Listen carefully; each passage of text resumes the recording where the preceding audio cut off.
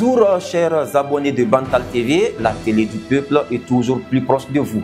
Bienvenue à cette édition de journal Bantal Info, un condensé de l'actualité nationale et internationale dont voici les grandes lignes pour vous. À la une, lancement officiel du baccalauréat unique session 2025 sur toute l'étendue du territoire national. Toujours sur le plan national, lancement officiel des épreuves de l'examen de sortie des écoles professionnelles. Cérémonie de remise officielle du projet de la nouvelle constitution au palais Mohamed V au président Mamadi Doumbouya. Sur le continent, au Sénégal, massacre de Thiaroye, Biram Senghor, le fils d'un ancien tirailleur, porte plainte contre la République française. À l'international, le cessez-le-feu toujours fragile après 12 jours de guerre entre l'Iran et l'Israël.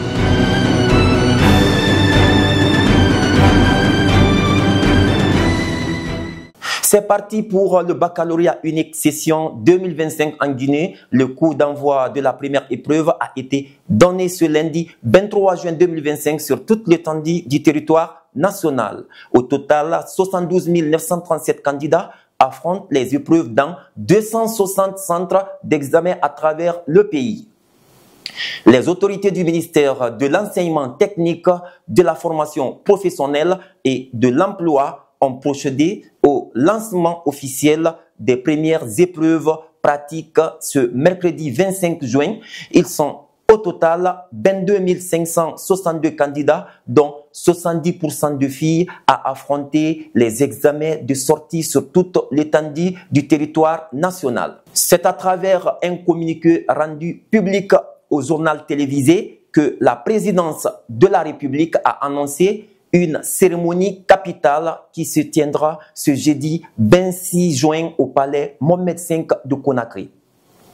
L'événement marquera la remise officielle du projet de la nouvelle constitution, un document présenté comme le symbole d'unité nationale et de destin commun qui se veut une constitution qui ressemble et rassemble les Guinéens. Sur le continent, 80 ans après les faits, Biram Senghor veut savoir où son père a été enterré. Le 1er décembre 1944, l'armée coloniale française ouvrait le feu sur des soldats africains démobilisés dans le camp de transit de Thiaroye, en banlieue de Dakar.